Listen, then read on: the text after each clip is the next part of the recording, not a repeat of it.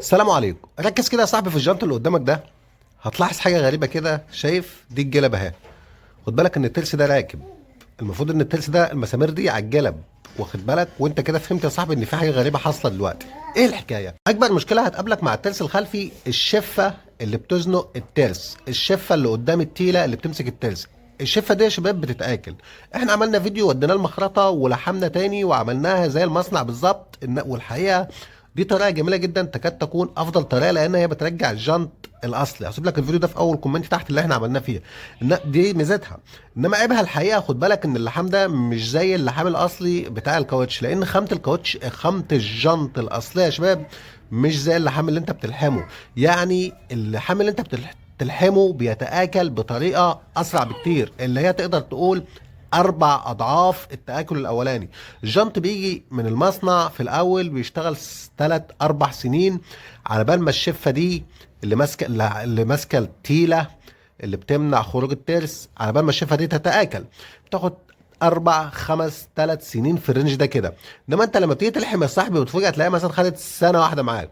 سنه واحده ليه؟ لان اللحام عمره ما بيكون زي خامه الجنط، اضعف بكتير، هو لحام المونيا. فيا سيد الفاضل ما بقعدش كتير، وده عيب فادح الحقيقه، لان انت مش كل سنه هتروح تفك الجنط بقى وبعدين تطلع البلي وبعدين تشيل الجلب وبعدين تروح تحل الكاوتش وبعدين تخش المخرطه. شغلانه عقيمه الحقيقه. هي نتيجتها حلوه بس كنت ارجو انها تقعد فتره اطول شويه، انما الحقيقه تاكلت بسرعه. وعشان كده عملنا الطريقه دي. ايه الحكايه دي؟ هي على سبيل التجربه يا شباب، والحقيقه انا شايفها مدهشه، ولكن انا متخوف من حاجه واحده بس هقول لكم عليها دلوقتي. ايه اللي عملناه؟ طيب الاول اللي عملناه ان احنا خرمنا الجنط وحطينا ربطنا بمسامير مباشر. خد بالك يعني الجلب كده ركناها على جنب.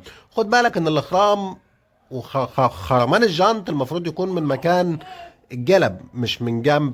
بس احنا ليه ما عملناها من الجنب؟ عملناها من الجنب عشان هي احنا بنجرب دلوقتي.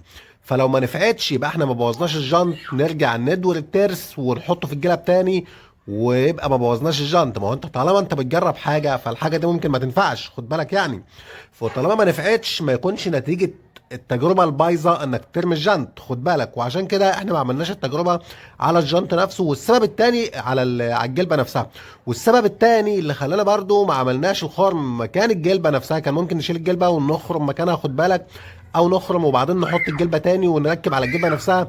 السبب التاني في الفرامل الباكم ان انت لو جيت الناحيه التانيه مكان الجلبه دي هتلاقي مسمار الفرامل الباكم، مسمار اللي ماسك الاسطوانه، هو ده المكان ده اهو اللي انت شايفه ده اهو. هو ده هو نفس المكان اللي هو مقابل للجلبه. فانت هتخرم من جوه ازاي من نفس مكان المسمار بتاع اسطوانه الفرامل؟ وعشان كده يا رجاله احنا خرمنا ما بين الجلب وبعضها، جينا بين كل جلبه وجلبه وخرمنا عشان التجربه برمتها كده، ولو ما نفعتش وطلعت تجربه سخيفه نلفف الترس شويه ونظبط المسمار على الجلب ونرجع للموال القديم تاني. عملنا ايه بقى؟ خرمنا يا صاحبي من المكان ده في الجنط وطلعنا مسمار من جوه، حطينا ورده وربطنا نظر. مش هحكي لك التفاصيل قوي بس خلينا ننتظر نتيجه التجربه. يعني مش عايز اصدعك دلوقتي بعملنا ايه وفي الاخر هي ممكن عمرها يبقى قصير قوي. برضو ايه اللي انا متخوف منه؟ هل انا متفائل دلوقتي انها تنفع؟ الحقيقه انا متفائل قوي، بس في حاجه واحده بس انا متخوف منها، ان الخرم اللي في الجنط ده ممكن يبوش في وقت قليل، ممكن وممكن ما يبوش ابدا. خد بالك يقعد بال5 6 7 سنين ما يبوش. ايه اللي يخليه ما يبوش؟ ما يبوش ان انت مرابط وحاكم الرباط. الحاجه لما بتبقى محكومه في الرباط على فكره يا شباب ما بتتاكلش طالما الرباط محكوم، انما البوش هو اللي بيعمل تاكل. فخليه بس الالمونيا الواحد مش مطمن ممكن تبوش في وقت قليل. فخلينا بس نشوف. ده الحاجه الوحيده اللي انا متخوف منها، ان يحصل بوش في الالمونيا مكان المسمار ده.